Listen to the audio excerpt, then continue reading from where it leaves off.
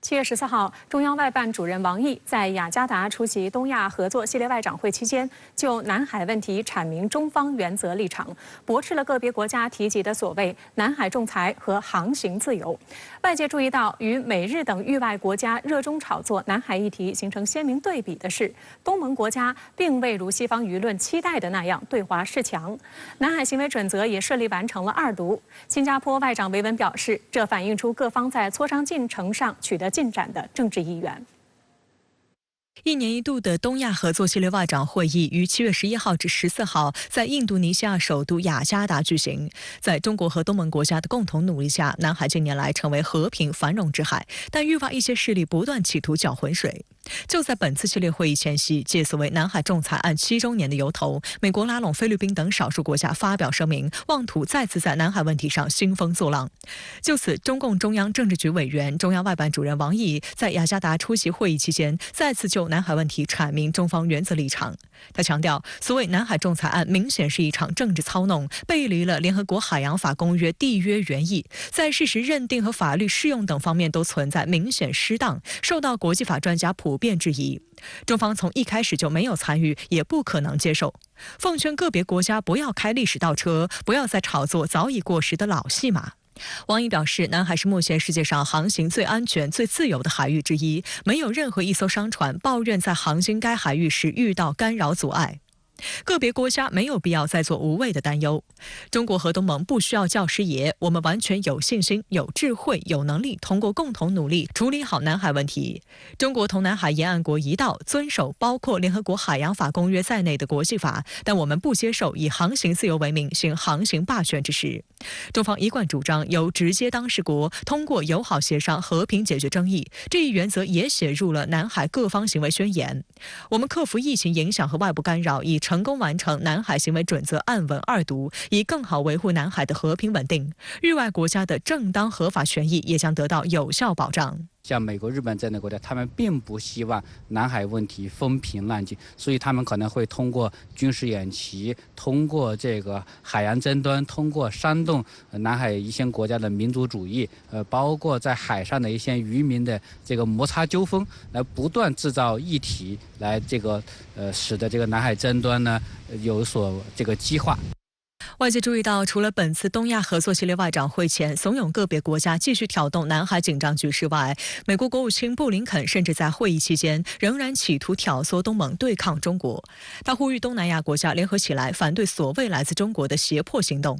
在接受新加坡亚洲新闻台专访时，布林肯说，美军将加大在南海的军事存在。他同时也强调，美国不寻求与中国发生冲突。Does increasing engagement in the region also mean increasing your military presence, especially in the South China Sea? Of course,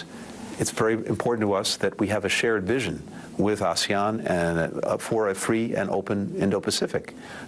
Free, open, secure,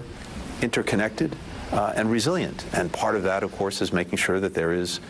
freedom of navigation, freedom of commerce, freedom of overflight. 然而，布林肯的呼吁并没有得到地区国家的积极响应。据法国国际广播电台网站15号的报道称，东盟国家并不愿意在美中之间选边站，这从本次会议东道主印尼总统佐科的讲话中就可窥一斑。佐科表示，东盟不能卷入竞争，也不能成为任何国家的代理人。而印尼外长雷特诺则更进一步称，该地区不应成为一个新战场。新加坡外长维文强调，新加坡虽然不是南海主权声索国，但作为该地区的国家，南海的和平与稳定符合各国利益。新加坡将尽最大努力促进南海行为准则的磋商，发挥具建设意义的作用，并鼓励磋商达成积极成果。维文认为，南海行为准则单一磋商文本完成2读，反映出各方在磋商进程上取得进展的政治意愿。 We do have a stake in peace and stability in the South China Sea, and obviously we will do our best to facilitate, be constructive, and to encourage positive conclusion of these negotiations. The point is, at least people are trying to avoid unnecessary or gratuitous arguments or conflict. 美国编造的南海问题剧本没有上演，相反，南海行为准则单一磋商文本草案完成2读，受到各方高度评价。印尼外长雷特诺将这一成果称为里程碑式的成就，为尽早谈成有效实质的行为准则制定了指导原则，向着早日达成准则再进一步。新加坡联合早报指出，南海各方行为宣言签署已经过去了20年，足见南海问题的复杂程度。深圳卫视注意到，2002年11月，中国与东盟各国签署了南海各方行为宣言，双方承诺遵守国际法原则，和平解决争端，不采取违反国际法的行动。2011年，中国与东盟通过落实指导方针，商定共同制定一套机制或行为规则，以降低冲突风险。这是南海行为准则磋商的开始。2019年7月，南海行为准则完成草案1读。1读往往是一些这个要点或者说框架性的，2读呢就涉及到原则是细节性问题，那么3读呢可能就是一些文字的修改和表决。那么目前呢进入这个2读阶段，实际上距离这个1读是2019年已经过去了4年，所以说呢过程是非常的漫长。这个能走到这个阶段也是非常不容易，也表明了中国和南海这个争端各方去推动这个问题的和平解决已经取得了实质性的进展，也意味着可以推动这个南海问题的稳定向好。香港《星岛日报》注意到，在南海行为准则完成2读的背景是中国与东盟互信关系的不断增强，区域经济协调发展的程度不断加深。今年早些时候，中国东盟自贸区3.0版第2轮谈判在泰国举行，目标是拓展新领域合作。而东盟牵头中国支持的 RCEP 在生效的头1年，由于大幅减让关税，中国与其他14个成员国的进出口总值高达12.95万亿元，产业链合作的强化成为驱动东盟经济的火车头。南海问题的这个波浪是在逐渐的变小，其中一个很重要的原因就是东盟的南海争端国家都意识到中国和东盟这个合作是一个大局，而且中国在这个问题上也保持了这样一个克制，保持了这样一个大国的这个担当，推动这个问题的和平解决。所以我觉得这是符合双方的一个共同利益，也是有利于今后这个问题能够得到更加妥善的一个解决。值得注意的是，7月13号在应约会见越南外长裴青山时，王毅强调，双方要按照2党最高领导人就妥善处理海上问题达成的重要共识，积极付诸行动。裴青山表示，越方高度评价越中双边关系发展成果，期待有效落实2党最高领导人重要共识，持续推进越中全面战略合作伙伴关系，愿妥善处理海上等问题。近年来，中越高层交往密切。去年20大后，中方接待的首位外国领导人是越共中央总书记阮富仲。阮富仲在北京表示，要维护海上和平稳定，不让海上问题影响2国总体关系发展。今年6月底，越南总理范明政访华期间，中越2国还签署了海上合作文件。好的，马上来连线中国国际问题研究院美国研究所副所长苏晓辉。苏女士您好，那么中央外办主任王毅在印尼出席东亚合作系列外长会时，驳斥了个别国家提及所谓的南海仲裁和航行自由。那么相关表态释放出哪些信号呢？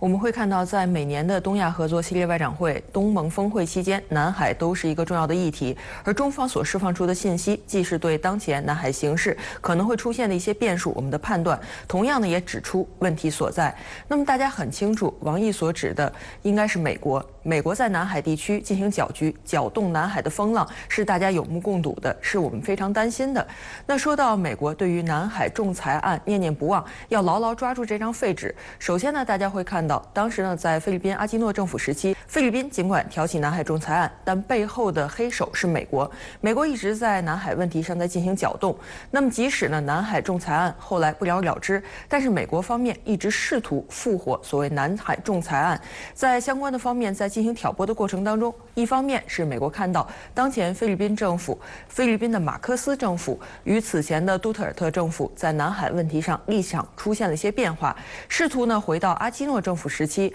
菲律宾政府在南海问题上与美国高度配合，使美国可以更深层次插手南海这样的一种主张。那么另外我们也会看到，涉及到南海仲裁案，美国在近一时期在南海的法理等问题上不断的强调以美国主导的规则，而这个时候涉及到南海仲裁案，美国似乎是让盟友和伙伴在相关的问题上，在南海问题的走向上进行发声的一个所谓的基准点。很多国家家在谈到南海仲裁案的时候，是对美方诉求的一种回应。所以呢，从中方的角度来说，涉及到南海仲裁案背后，我们看得非常清晰的是美国的政治设计，而同时不可忽视的是，涉及到美国所说的航行自由问题。美国现在不单单指向的是南海，同样也延伸到台海，甚至还要形成南海、台海以及东海3海之间的联动。在本次的东亚合作系列外长会期间，南海行为准则，也就是 COC 单一磋商文本完成了2读。那么，针对南海问题的磋商进展顺利，反映出了各方怎样的政治意愿呢？那说到 COC， 在进行谈判磋商的过程当中，我们说就像盖房子一样，大家会看到呢 COC 的进展，这个盖房子它的速度，以及呢盖房子的一些过程，反映出的是各方的考虑。从2017年开始，对于 COC 就已经进入到这个磋商的过程当中。当时呢，最先搭起的是这个房子的架构 ，COC 形成了框架，而很快呢，进行磋商之后，在2018年就已经形成了单一磋商文本草案。也就是说呢，大家有一个共同的文本来进行商议。而此后呢，要进入的程序是3次重要的审读。我们会看到1读是提前结束，那2读呢，因为疫情等一系列客观的原因，确实遭遇到一些挫折，但是现在也取得了重要的进展。那么即将开启的是下一步的进程，所以可以看到，在这个搭房子的过程当中，从这个搭上框架开始建墙，到逐渐的把这个房子建设起来，内部来进行一些精装修，一步一步，各方之间也在凝聚共识。所以在这样的背景之下，我们更多的是希望南海行为准则能够进一步的推进，而反对域外国家刻意的进行搅局。另外，南海是美国所谓印太战略的重点关注方向。美国的阵营化趋势给南海带来了哪些危险的动向？那么，面对美国的压力，地区国家又应该如何来应对呢？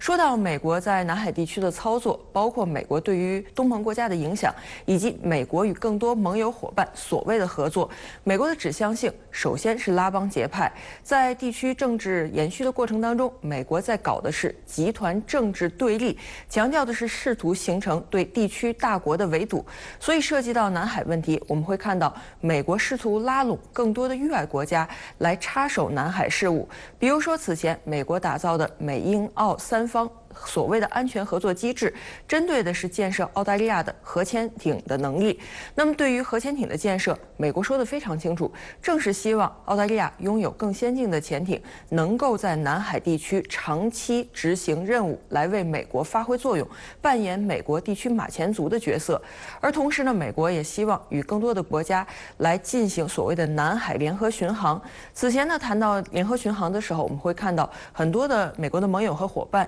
是持迟疑的态度的，甚至是明确拒绝的。在他们看来，与美国之间进行安全的绑定，把自己绑上美国的战车，在南海地区为美国发挥作用，并不符合自己的诉求，而是在符合美国的战略布局。所以这个时候涉及到美方近一时期的一些动向，仍然是拉帮结派，而且是强拉盟友在南海地区来发挥作用。而美国进一步延伸的是，当有更多国家在配合美国目标的时候，实际上是选边站队，实际上是在中美之间被迫站在美国一方。那么包括在经济、高科技等领域，会进一步的与中国疏远距离，甚至是脱钩断链。所以美国在下一盘大棋，在打一套组合拳。涉及到南海地区的形势，美国在搅动南海的同时，也是希望自己地区战略的布局，所谓印太战略的推展，有进一步的手段和这种抓手的推展。那么同时呢，美国针对地区国家、针对大国开展战略博弈的思路，也在延续的过程当中。